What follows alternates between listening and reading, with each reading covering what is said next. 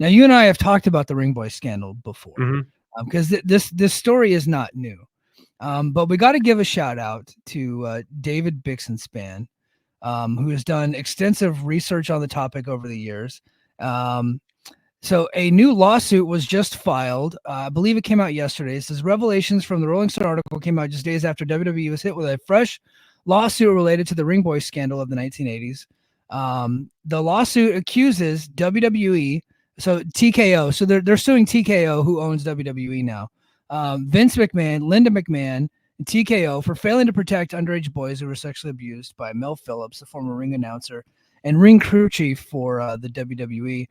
The Ring Boy scandal first came to light in 1992 and involved Phillips allegedly preying on young boys who worked backstage as part of the ring crew. According to the lawsuit, Phillips targeted boys from broken homes and subjected them to abuse at wrestling events. David Bixenspan of Rolling Stone. So the lawsuit. I'm sorry. This was messed up. So there's survivors. So there's 5 John Does that have been added to the lawsuit. So they have not been named, and I hope to God they never get named. Yeah, I was talking to BJ Bethel. WWE very likely has the names, and of course it is. And those names are probably going to get leaked to one of their friends in the media. That's probably going to happen. That's what happened with Janelle Grant. Brad Shepard put out the wrong picture, but had the name and actually reported it before the lawsuit actually came out.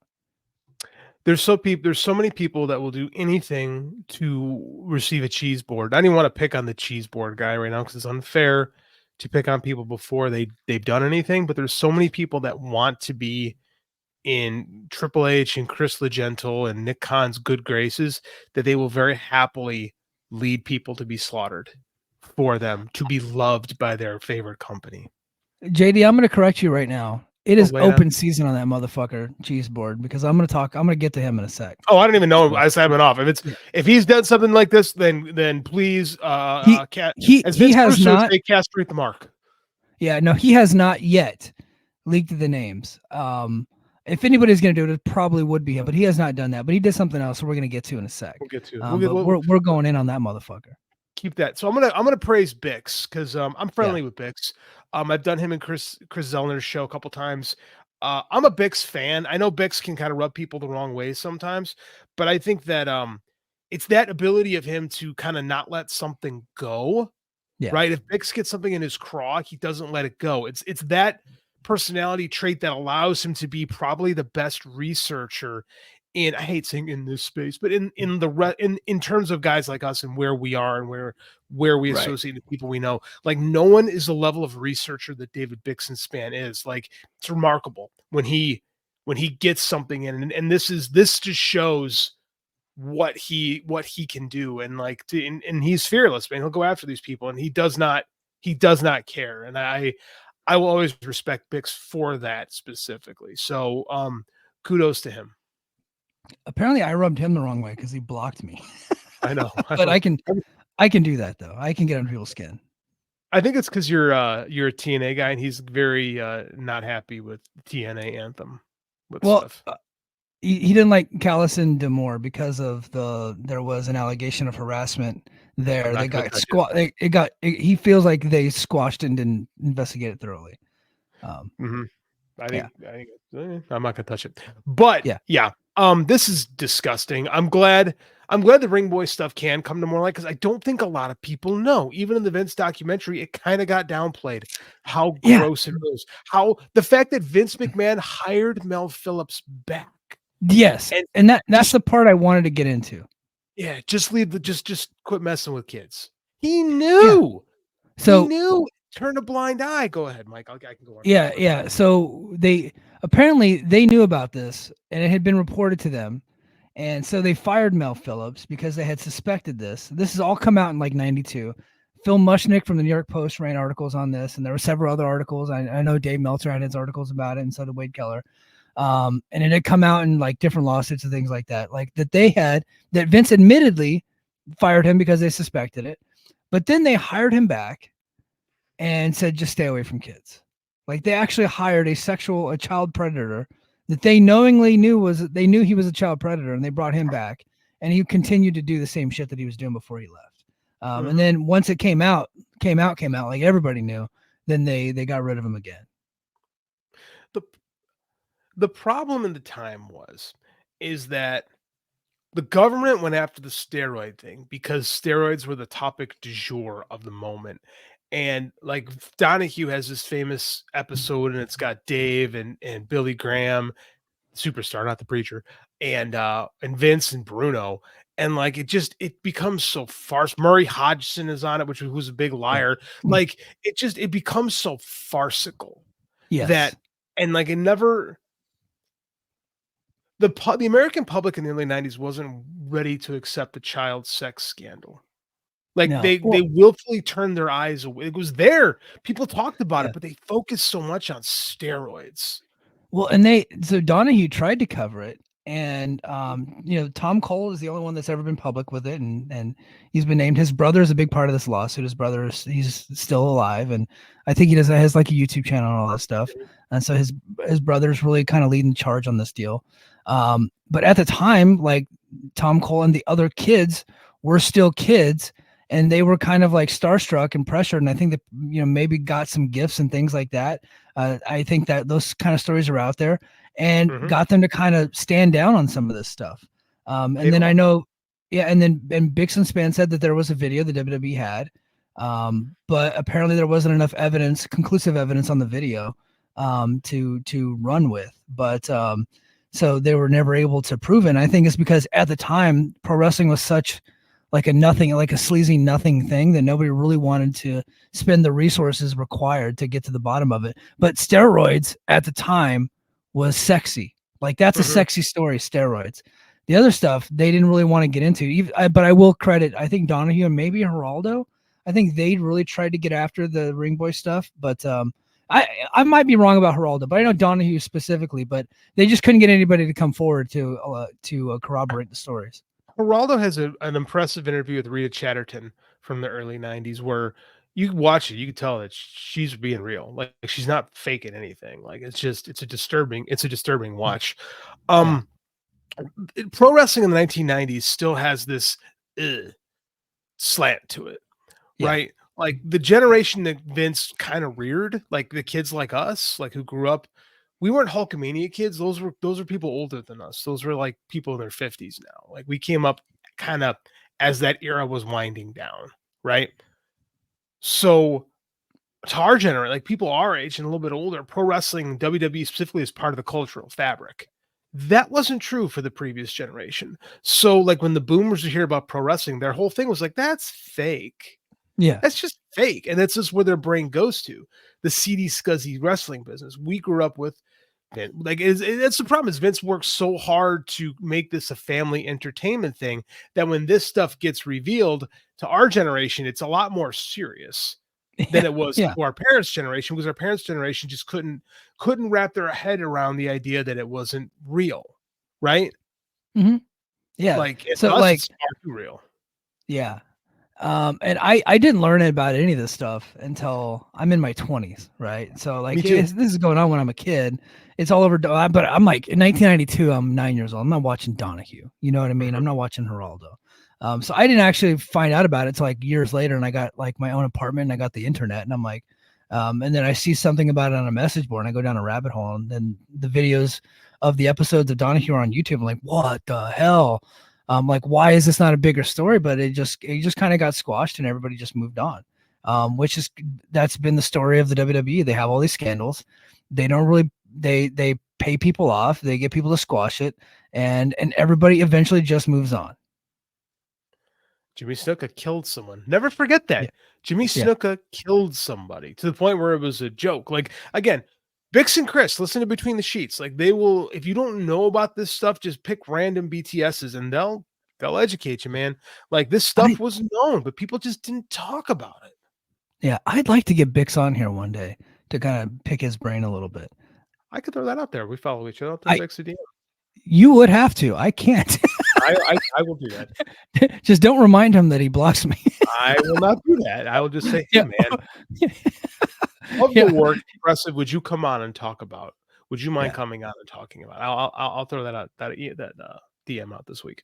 Yeah. But God, I hate this story. I hate that. Yeah, I'm so glad that we have. it's a real sleazy story. The Bix's article, everybody go out of the way to check it out. It's available, and if you like, it's available on Rolling Stone. But yeah, I think you have to like sign up for it. But there's ways around that. I'll just say, like, there's other links out there that have all of it. And then I think people like the Observer did a decent job of aggregating it too, so like for free. So you get like the meat of the story. But I was able to actually read the entire Rolling Stone story. So one more thing I want to get into. We talked about Cheese Board. So Cheese Board, Alfred Kanua from Forbes magazine, which is a huge deal. Does he actually write for the magazine? Does he just write for the website? I think the website from Forbes. Yes, the website. And he's a contributor. So I don't think he's like a big deal in the Forbes world, but he gets to put that on his resume. And so it sends signals to people reading it. Like the Forbes is huge, right? And so like, okay, you got this guy representing Forbes. So earlier this week, he put out 2 videos. One video was demeaning and attacking and trying to discredit Brandon Thurston, right? And saying he's boring and he's like this, he's a shill, he's all this and that. And then hours before the Rolling Stone article come out, he did the same thing to Bix and Span. And they were clearly very coordinated attacks that were preemptive attacks. And then he was sent there by WWEP. I don't have any proof of this, right? I'm never going to talk to the guy, so I'm not just going to ask him. But my opinion is that whole thing attacking Thurston and Bix and Span right before those stories are about to break was a preemptive strike by WWE PR using him as like one of their agents or like a surrogate or a fucking dummy to put out videos trying to discredit these guys and demean these guys and say, like, especially with Bix, like say hurtful things, which is just totally uncalled for. And it was unprovoked as far as I can tell. Alfred Canoa is one of the worst human beings on the internet. Like he's willfully stupid. I don't even know if he's willfully stupid anymore. Like when he's just posting dumbass like ratings numbers, it's easy just to ignore the guy. He's annoying, but he's stupid. Yeah. What's doing this is it takes him to another level. And this is what I'm talking about Chris Legento approaching levels of like the minister of propaganda, because now we're going after people who are bringing up real news and talking about real stories. And like the fact that the WWE still feels the need to protect themselves and not just keep the bus tossing Vince like they do, like the fact that they need to attack people on a personal level, especially Brandon Thurston and David Bixenspan, like it's disgusting. I mean, it shows how cowardly the company is and how vile that company is. And like that tree is poisoned right down to its root. And until it's all purged, until everybody that came up in that toxic environment and your Uncle Paul in there too, both Pauls, quite frankly, until they're removed, it's a rotten place. It's a rotten place. I know there's wrestlers out there that dream is to headline WrestleMania. They don't care how many raped kids they have to step over to get it. It disgusts me to listen to Mick Foley glowingly talk about Vince McMahon, this guy who worked for Reign and this man who dedicated his life to helping victims, glowingly praise Vince McMahon. That's because these guys were brainwashed. They came up in this toxic environment. A guy like Bryan Danielson, same thing. Well, you didn't know him. We talked to, if the Black Mask was real, and I still think he was, quite frankly. That guy knew too much. He would say, you just don't know the guy that I know. Man. Like, and that's how serial killers operate, man. People love criminals when they're in their lives. Have you? I take it do you even have Netflix at this point? I do have Netflix. One Piece is on there, and Andy's a big One Piece fan right now. Okay. So on Netflix right now, they just released it earlier this week, and I stayed up all night with the kid who just would not go to sleep, and mom was tired, so I was up all night. Been there. And I watched the new documentary on the Zodiac Killer. Ooh, yeah, it's very good. I'm in. It actually names like somebody and essentially like says like this is the guy that did it, right? Ted Cruz. No, I honestly was shocked that it ended up not being Ted Cruz. Like they actually present new evidence about who it is, and then they talk to the kids that he kind of helped raise, and this and that, like the family, and like all. So it's a spoiler alert. I don't want to give the whole thing away. It's a doc. Yeah, so they actually talked to the kids. It's very much like that. They're like, we loved him. He was our teacher. Mhm. Like we called him Mr. Allen. He was a high school teacher, right? He took care of us. He took us swimming and boating. He defended us, this and that. And then the same thing with the mom. Like the mom, like couldn't even like bring herself to think that maybe he did it, right? And so like that's what it is. Like these people are so brainwashed. They love him so much they're not even willing to like it can't enter their mind that he would have done something like that. It's Because disgusting. we're poisoned by our own experiences, right? I know a guy who stood trial for rape, and when it happened, I said, he couldn't have done this. He couldn't have done this. Like it didn't seem right." And he stood trial, and he was exonerated. He was found not guilty. Um, but it never even entered my mind that he could have, because this was someone in my life. Yeah. You know, and I trusted my friend. Like, was that, and again, he was exonerated. The court of law found him not guilty. So I mean, like, but at the same time, like, I wasn't there. Yeah. You know what I'm saying? Like, I wasn't there. Like, I was so sure that my friend was getting railroaded, that it was just this, he was turned against him. And like, it was kind of the same time as the Duke lacrosse thing was happening. So it was like, yeah, look at this, same thing. And again, Yeah. he's not guilty. But I mean, like, I understand. Like, I understand how someone can go, well, that clearly this can't. No, you don't know. No, it can't. We're poisoned by our own experiences. But the truth of the matter is, everybody's got skeletons in their closet. Everybody's got stuff in their life they're not proud of. Everyone's got stuff in their life they don't want people to see. Right? For some people, it could be like, I got some weird stuff going on in my brain. Other people, it's, yeah, I killed somebody. You know what I mean? Like, Yeah. there's a big chasm. I've traveled up and down California killing people. Yeah, I mean, there's a big chasm betwixt Yeah. those things. But I mean, like, the people in our lives, we think we know them, and in reality, we only know what we're presented with, and that's scary to think you don't know somebody. Yeah. Right. Yeah. So anyway, I just wanted, so I talked about the new plaintiffs, the John Does 1 through 5, possibly getting doxxed. This was my preemptive strike against that happening. I want everybody to make sure that if it does happen, that we come out against the people that are doxing these victims. I talked to BJ Bethel about it. He feels pretty strongly about it. He thinks that they might end up getting doxxed. And if anybody's going to do it, it would probably be either Kanua or Brad Shepard. So I just want to throw that out there. I hope that they don't. But I think it's possible that those names are going to get released and some media are actually going to talk about it in public, and they should not. But I don't want to stay on the topic for too long. We're getting close to the end of the show.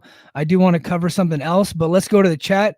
Our buddy King of the North is back. Hey, the king. King of all Canadians. He hasn't been in the chat in a long time. He says Paul doesn't see color, of course. Yeah. Oh, he told us all that. Yeah, he didn't know any better. Okay, it wasn't his fault. Okay, I get it. And then Brian says the Roddy Piper clip is one of the most dark clips you'll ever see talking about Pat Patterson. I'm pretty. You know what I think. I think he maybe on one of the the HBO doc or something. I don't know. Maybe. I've never Maybe. seen the clip he's talking about, actually. Yeah. Everything Pro Wrestling, a WWE PR crew ran attacks against Meltzer, Bix, and Thurston. Yeah, they sure did. Dude, dude, Dave has been attacked so many times by so many people.